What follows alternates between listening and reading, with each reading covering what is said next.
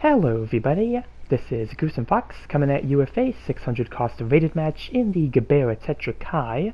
We're going to be on Supply Depot for this match here, and this is going to be the level 2 version of the Gerbera Tetra Custom, which I've had for a hot minute now and have really been wanting to make a dedicated video for this suit because it is one I quite enjoy using. The Gerbera Tetra Custom is a general type mobile suit native to 550, and using the suit at 600, being at a cost above, still has been a lot of fun for this unit. Really do hope I get the native cost version at some point, but as it's been now, really kind of content with the 600 cost version, even though I am lacking the level 2 weapons for it, but really not too much of a problem for this unit from what I've gotten with it.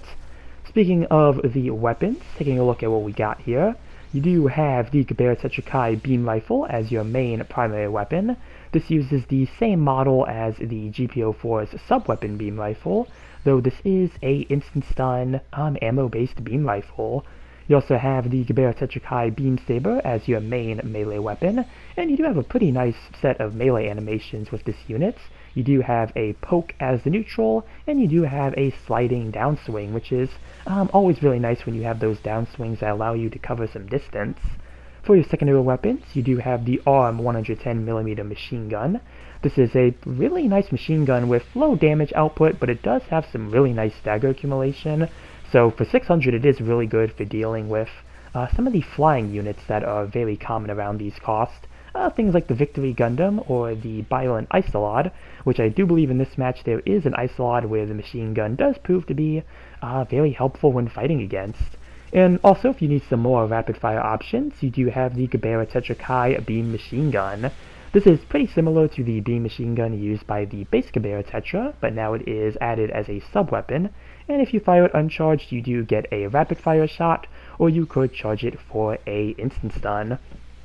And for some of the standout skills you get here, you do get Emergency Evasion System level 2, so you do get a double dodge roll.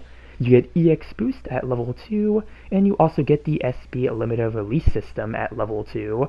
And this is the same skill that the High Mobility Camphor has, and really kind of looking at how they did the skills for this unit, it seems like they did kind of want to give it a bit of a High Mo Camphor kind of feel, pairing the Limiter Release System with the EX Boost.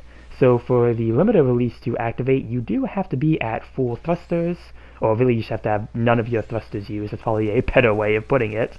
But if you have the EX boost on, where you don't have to worry about thruster consumption, this skill will pretty much activate until your EX boost runs out.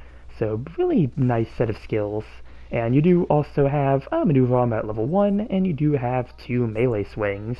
And there are plenty of other skills as well, but the ones I've named, to me, are really more of the standout ones. Again, having that limited release system at level 2, yeah, really nice for this unit. And overall, yeah, I've been really liking the Gerbera Tetra Custom.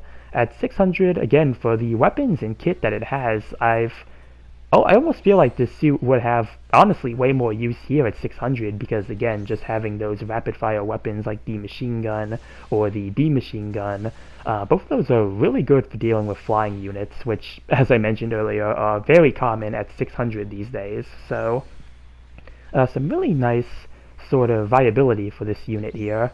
The only thing I really wish the Gerbera Tetra Custom had is I wish it had access to the beam rifle that the GPO4 uses, its primary rifle. The Robot Spirits figure for this mobile suit does have that rifle. I wonder why they omitted it here. It would have been really cool to have that maybe as a optional primary for the unit. Instead of using the main beam rifle, you could use the long-range GPO4 rifle. But maybe the devs just wanted this unit to have more of a mid to close range sort of playstyle. The melee on this unit is really good, especially if you go for a straight downswing, and the other weapons can be really good as well for dishing out damage, depending on like what suit you're fighting against. Pairing the charge of the beam machine gun with a instant stun from the main beam rifle, going into that downswing can be a really good damage dealing combo, so it does seem like the mid to close range playstyle may be more of the intention behind this unit, and maybe giving it a GPO4 style beam rifle would kind of diverge from that playstyle, but still would be really cool if it did have it. Maybe if it got the version that the Gerbera Beta FS uses, the one that is capable of charging, but as it is, I do think the weapons on this unit are pretty good as is.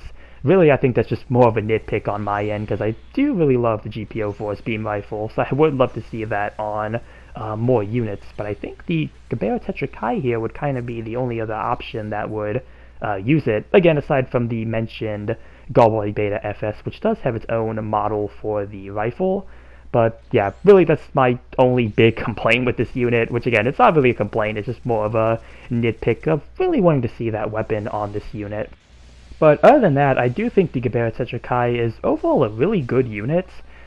Really, the only thing I'm missing for this unit is those level 2 weapons, but as I mentioned earlier, it doesn't seem like too much of an issue for this unit that I'm missing those. I guess, it's not really too much of a sort of split here. It's not like using a level 4 suit and missing the level 4 weapons for it, and you're only using like something from level 1, so maybe it's not too noticeable compared to, if it was an instance like that, but still usually just really nice to have the level of weapons meant for a particular unit. There is a Ric de J, or a modified Ric de J there. That's a unit I've also been trying to play a bit more in recent times, so really kind of hoping I can talk about the modified Ric de J at some point, because I do think that is a fun unit, and even trying it out today has still felt like a really good raid unit, so that suit still feels like a lot of fun. Really, in general, I've just been trying to use some mobile suits I don't use all too often. I think that's kind of the same case that happened with my last video on the Hyzak Cannon increased armor. And yeah, it's just a bunch of units that I really do want to get out more, especially since I really have not been doing a lot of the current banners we've been having for GBO2.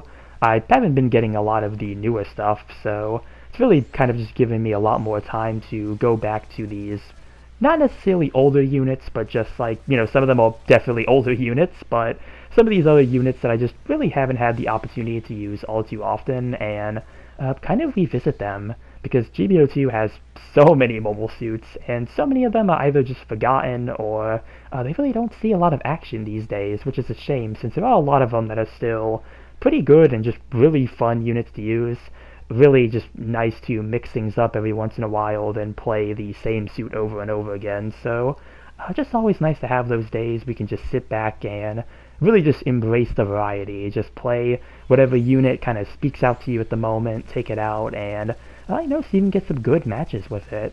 And sometimes, you get some good matches with it. Sometimes it might be poor matches, but depending on how everything kind of goes, it still can be a pretty fun experience in the moment. Now let's see, right now I think I get one more counter on the Violent Isolad there, and that's the counter animation for the Gerbera Tetra Custom there, but that is going to be timeout mission over, so let's see how we did with this 600 cost rated match in the Gerbera Tetra Custom. And yep, did get top in assist and a top in damage for the team here. And first place with 3 kills and 1 loss. And again, yeah, first in assist and first in damage. Also, looks like I got first in pursuit assist as well, so lots of first place stats there. So really good match there for the Kai. And yeah, that's going to be everything for the round there.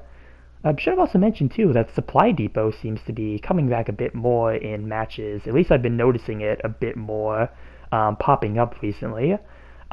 Really wish there were some other maps that we would see more often when it comes to rated. I would love to see a return to Port Base, if it's like the regular Port Base or the High Tide version. That's like one of those maps that really has only been relegated to quick match these days.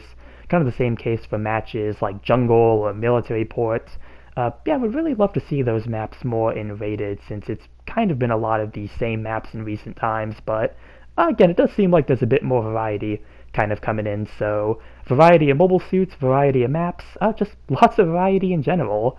But that's going to be the thing I have for this video here. Comment down below what you think about the Gerbera Tetra Custom. Remember to like and subscribe if you enjoyed the video, and with that, I will see you all in the next one. Later.